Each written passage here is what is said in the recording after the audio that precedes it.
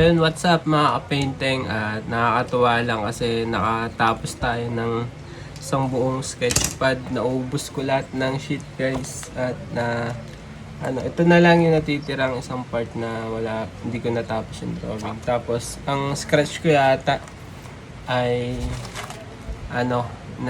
ilang piraso lang yung scratch ko, parang dalawa, pero pwede ko pang i-repair para maging product din.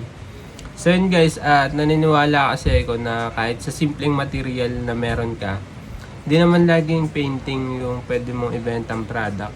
Kahit simpleng lapis at papel, pero nagagawa mo ng kita nung iba na lodi ka sa pagiging creative. O sa pagiging creative, talagang may say ka, magaling ka talaga as a creative person. Susuportahan ka nila at bibilin nila yung yung mga nagawa mong art piece. Kasi ang ibig ko sabihin ba, dahil magaling ka at creative ka, doon ka nila susuportahan. Hindi sa nakatingin sila sa kung anong material mo, kundi dahil sa pagkatao mo, dahil kitang-kita sa'yo na napaka-creative mo, doon ka nila susuportahan, mamahalin ng tao. So yun guys, at maraming salamat at tuloy-tuloy lang tayo sa paglikha, tuloy-tuloy sa paggawa, at sasampulan ko kayo ng kung paano ba ako mag-sketch at mag-drawing, paano ako umawak ng lapis. So ito yung video. So yun nga, at ay putik, boses Alsenyo.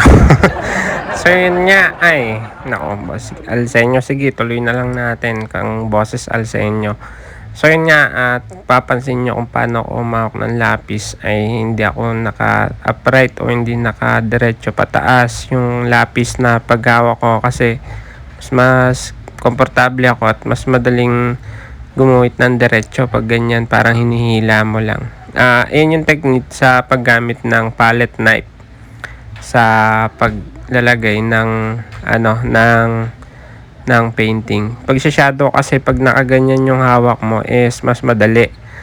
May lining ka na, may shadow ka pa. Kaya yan yung ginagawa ko pag hawak niya. At yun nga, at nakakatuwa lang kasi ganun ako kung natutunan ko na din yung ganung klase ng paghawak ng lapis. So yun na nga, at pipirmahan na natin yung ating natapos na artwork, at I hope na appreciate nyo kung yung nagawa kong drawing sa maikling panahon.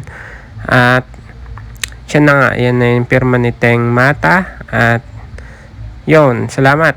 So ito yung natapos natin project guys, at tuloy-tuloy lang tayo sa paglikha, tuloy-tuloy sa paggawa. Ito ang painting. Salamat sa panonood, at always sa inyo sa suporta nyo.